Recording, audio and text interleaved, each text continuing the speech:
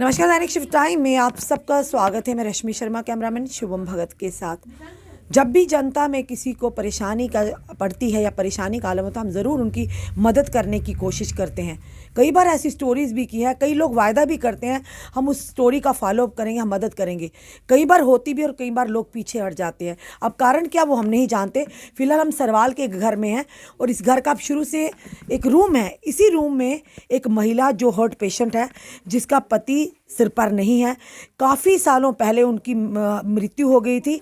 और यहीं पर अभी भी आप देख रहे हैं, एक ही कमरे में ये बैठते उठते हैं। बच्चे हैं, 3 छोटे छोटे बच्चे हैं और एक बच्ची जो भी शायद लगभग 17 से 18 साल उसकी उम्र होगी। उसी के सिर पर सारा घर का दारोमदार है। यानी वो एक मॉल में लगी हुई है जानीपुर में। पर अफसोस की बात है, वो लोग भी गरीबों का खून चूसना जानते हैं। ये माँ है इनकी, ये हार्ट पेशेंट है। और खुद सोचिए, अगर दिल का मरीज़ हो, कितनी उसके लिए कितना ध्यान रखना ज़रूरी होता है। पर 2 वक्त की रोटी को भी मोहताज हैं। और ये आप घर का ये दृश्य, एक ही रूम है।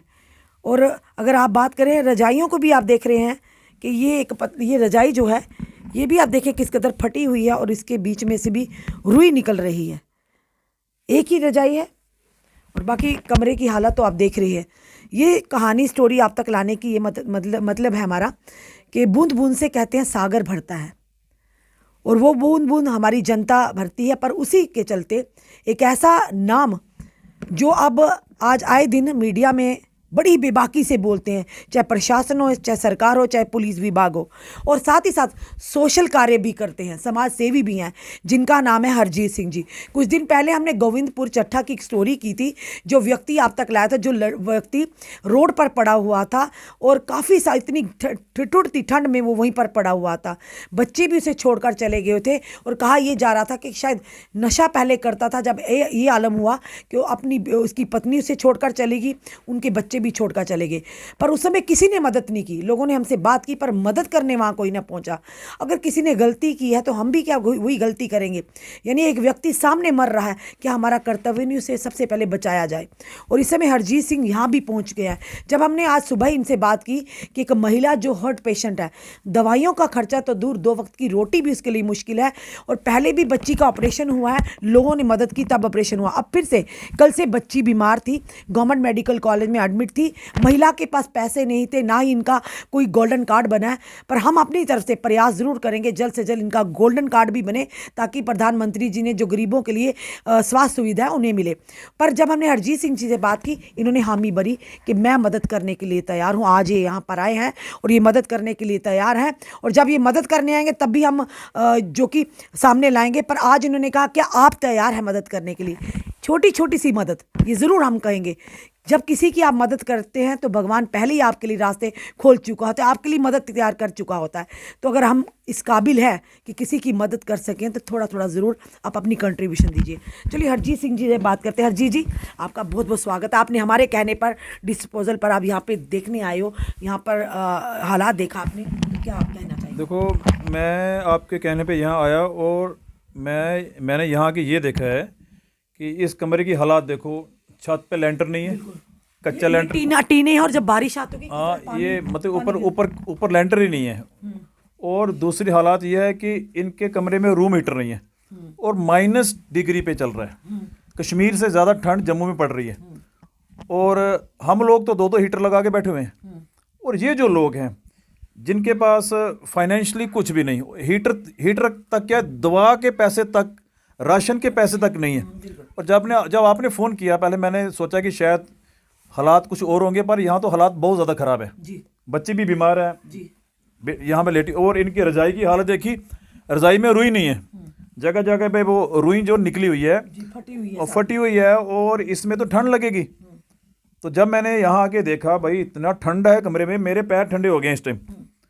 इस टाइम मैं जब कमरे में बैठा हूँ पूरा मेरा शरीर ठंडा हो गया। इनका क्या हाल होता होगा। और नीचे भी कंबल वगैरह सारा फर्श कच्चा है। और अभी हमने इनकी मदद करनी है जी।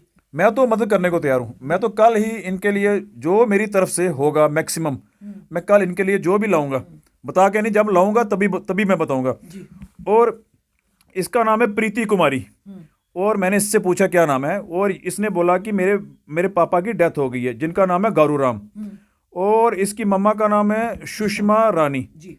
और फिर मैंने इनसे पूछा कि वो क्या भी हार्ट पेशेंट वो भी हार्ट के पेशेंट, उनकी शक्ल देखो, ऐसा उनमें खून ही नहीं है, एक मिनट उनका उनका चेहरा देखिए, बिल्कुल ब्लड ही नहीं है, यानी कि इतना स्ट्रेस है, इतनी टेंशन है। देखो ये क्या करती हैं कि लोगों के घरों में काम करती हैं। आपको छोटे छोटे और भी 2 बच्चे 3 बच्चे हाँ, इसका परिवार का जो जिम्मेदारी इस बच्ची की है। देखो पूरी फैमिली जो है इनके सर पे, और मेरी माँ के बराबर है, यानी कि अगर मेरी माँ भी ऐसे हो, मैं अपनी माँ को कभी वहाँ पे काम करने के लिए ना जाने दूँ, और ये मुझे अपनी माँ की तरह लग रहे हैं, और इसलिए मैं इनकी मदद करने आया हूँ। जब मैंने देखा कि मेरी माँ की उम्र की औरत जो है लोगों के घरों में काम कर रही है और वो देते भी कुछ नहीं है। देखो वहाँ पे जब ये औरतें काम करती है ना, वहाँ पे इनको बड़ी हेट की निगाह से देखा जाता है। बर्तन मांजो, झाड़ू मारो, वो भी हेट की तरह झाड़ू, पता है कि वहाँ भी उन्होंने इंसल्ट करवानी है, और ऊपर से पैसे भी लोग कम कम देते हैं। और ये बच्ची जो है बेचारी, ये किसी माल में लगी हुई है, आपने बोला जानीपुर में, हाँ, अल्फा माल में जानीपुर में कोई अल्फा माल वहाँ लगी है, और वो लोग भी मदद नहीं कर रहे हैं, उनको मदद करनी चाहिए भाई। अगर इनका कहने का जब लेट पहुंचती है तो ये वो भी उसके पैसे काट लेते हैं, छुट्टी करेगी इसके पैसे काट लेते हैं। अब इन्होंने कहा, जैसे बताया कि इस बच्ची ने कुछ भारी चीजें उठाई जिसके चलते इसको अंदर कोई प्रॉब्लम हो गई है, रात को ये एडमिट थी गवर्नमेंट मेडिकल कॉलेज में। हाँ, इन्होंने कहा कि मैं ये लड़की ने काफी वेट वाला वजन वाली चीज उठाई। देखो इतनी ठंड में कोई उठाएगा, वो तो बैक पे प्रॉब्लम हो जाएगी, तभी बेचारी लेटी हुई है। देखो अभी मैंने इसको वो पूछा, तेरे पास मोबाइल फोन है? वो भी टूटा हुआ, वो भी चलता नहीं है। आजकल तो इन बच्चों के पास पढ़ाई, इनको पढ़ाई करनी चाहिए। मैं सरकार से भी कहना चाहता हूँ कि इन लोगों की मदद करनी चाहिए। जी जी, जब पिता सर पर ना हो, माता जो कि दिल की बीमारी से ग्रस्त हैं, तो किस तरह से कोई मदद करने को तैयार नहीं, कोई जरिया नहीं। फिर बच्ची को पढ़ाई छोड़ के, इस बच्ची ने 9th में पढ़ाई छोड़ दी है, और उसके बाद एक किसी मॉल में, तभी जाकर माँ 1-2 घर में करती, ज़्यादा इनसे काम एग्जेशन होता नहीं है, तभी जाके थोड़ी रोटी 2 वक्त की चल रही है, या कभी हमने मदद कर दी, आप जैसे लोगों ने मदद कर दी। तो फिर काम तो करना पड़ेगा ना, पढ़ाई कैसे कर पाएंगे? रोटी खाएंगे, पेट में रोटी होगी तभी कुछ भी होता है। देखो बिना पढ़ाई के तो ये पूरी उम्र फिर लोगों के घर ये भी बर्तन मांजेगी। मैं नहीं चाहता कि ये मेरी बहन है जो है लोगों के घर बर्तन मांजे। मैं अपनी तरफ से पूरा जोर लगाऊंगा। अगर ये पढ़ना चाहती है तो इसकी पढ़ाई का खर्चा भी मैं उठा लूंगा, अगर ये पढ़ना चाहती है तो इसकी एज मुझे लगता है 19 साल, इन्होंने बताया 19 साल हो गई है। तो अगर देखूंगा, अगर ये पढ़ सकती है तो कम से कम 10th पास कर ले, 12th पास कर ले, उसके बाद कहीं ना कहीं छोटी मोटी जॉब भी इसकी जॉब लगाने की कोशिश करूंगा मैं, इसकी लगे जाए। और दूसरी बात यह है कि मैंने इनसे अकाउंट नंबर लिया है J&K बैंक का, जो आपने कैप्शन में लिखा हुआ है। तो इसका अकाउंट नंबर एक बार बोल के बताता हूँ। अगर किसी ने इनकी मदद करनी है, कोई 100 डाल रहा है, 500 डाल रहा है, 1000 डाल रहा है, आप जितनी मदद करोगे, मैंने पहले भी कहा है कि हम जो पैसे मंदिरों में देते हैं, गुरुद्वारों में देते हैं, वहाँ क्या हो रहा है, गुरुद्वारों वहाँ पे संगमरमर लगा रहे हैं, मंदिरों को बड़ा बड़ा किया जा रहा है, और लोग मंदिरों में नहीं है। गुरुद्वारों में क्या हो रहा है, इतनी बड़ी बिल्डिंगें हो गई हैं, मतलब 10 बंदे नहीं होते सुबह, करोड़ों रुपए मंदिरों। हमारे बुजुर्ग कहते थे गरीब का मुंह है और गुरु की गोलक, यानी कि जो हमारा पैसा है वो किसी गरीब के काम आना चाहिए। हम क्या करते हैं, मंदिरों के गोलक में सोना डाल देंगे, गुरुद्वारों के गोलकों में पैसे डाल देंगे, और वो जो पैसा है वो कमेटी वाले यूज करते हैं। मैं लोगों को कहना चाहता हूँ, डायरेक्ट ऐसे लोग ढूंढो जिनके फाइनेंशियली, जिनके पास खाने को नहीं है। मंदिरों गुरुद्वारों से अच्छा है उन लोगों के घर में खाना पहुंचाओ जो नीडी पर्सन है। और इतनी ठंड है यहाँ पे, हीटर भी नहीं है, और हम लोग 2-2 हीटर लगा के बैठे हुए हैं। हमारे घर तो 5 स्टार फैसिलिटी है, और हमें ध्यान देना चाहिए पूरा। और मैं लोगों से अपील करना चाहता हूँ, जो इनका अकाउंट नंबर है सुनिए, इनका नाम है सुषमा रानी, और इनका J&K बैंक में अकाउंट है सरवाल में, और अकाउंट नंबर है 0711 फिर 86 और IFSC कोड है JAKA जाका 0SARWAL। ये आप नोट कर लीजिए। आपने अगर इनकी मदद करनी है, क्योंकि ये इनका पर्सनल अकाउंट है, मेरा अकाउंट नहीं है, क्योंकि मैं अपने अकाउंट में नहीं डलवा रहा, ना रश्मि जी डलवा रहे हैं। ये जो पैसा है सीधा नीडी पर्सन के अकाउंट में जाएगा, और हम इनका अकाउंट चेक भी करेंगे कि पैसे का मिसयूज ना हो। हमने इनका, अगर पैसा ज्यादा इकट्ठा हुआ तो हम इनका लेंटर भी पक्का डालेंगे, थोड़ी सर्दी निकल जाए। फर्श भी कच्चा है, फर्श भी डाल देंगे। इनकी किचन टूटी है, किचन भी बनाएंगे। पूरी इनकी मदद की जाएगी। मैं भी कर रहा हूं जितनी मेरे से हो सके, और आप लोग जो सुन रहे हैं आप भी ज़्यादा से ज़्यादा इनकी मदद कीजिए, क्योंकि गरीब का मुंह गुरु की गोलक। अगर हम किसी इंसान की मदद करते हैं भगवान देख रहा है। गरीब आदमी की सीधी मदद करो, उसके घर राशन पहुंचाओ, नीडी आदमियों के करो, क्योंकि बहुत सर्दी है।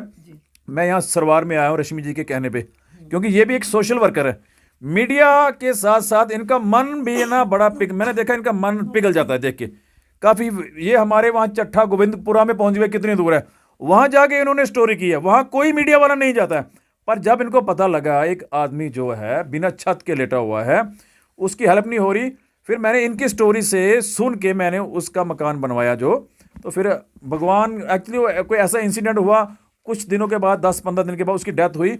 उसमें मेरा कसूर नहीं था, क्योंकि घर वाले उनके मेरे घर से उठा के ले गए शर्म के मारे, क्योंकि एक बगाना आदमी कि मैं अगर इस लड़की को उठा के ले जाऊं, वो बेचारा ठंड के कारण मारा गया, उसमें मेरा कोई कसूर नहीं था।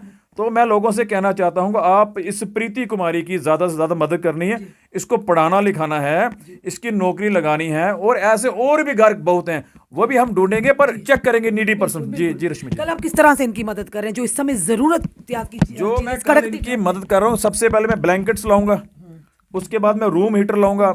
इनके कमरे में लाइट ही नहीं है, वो 10 रुपए वाला इन्होंने वो बल्ब लगाया हुआ है, एक बड़ी सी लाइट लगाऊंगा, यहाँ पे मैटिंग करूंगा, और ये जो रुई वाला ये वाला उठा लूंगा इनसे, ये जो रुई वाला सिस्टम उठा लूंगा, और मैं इनके घर 2 महीने का राशन डाल के दूंगा, और भी मदद मेरे से जो हो सके बनती मदद मैं इनकी मदद करूंगा। पहले स्टार्ट तो एक बार शुरुआत तो करूं मैं कल से। जी जी धन्यवाद। हमने आपको पूरे विजुअल बताए, किचन टूटी फूटी वो तो बताने का कोई फ़न ही नहीं, है ही नहीं उसमें कुछ।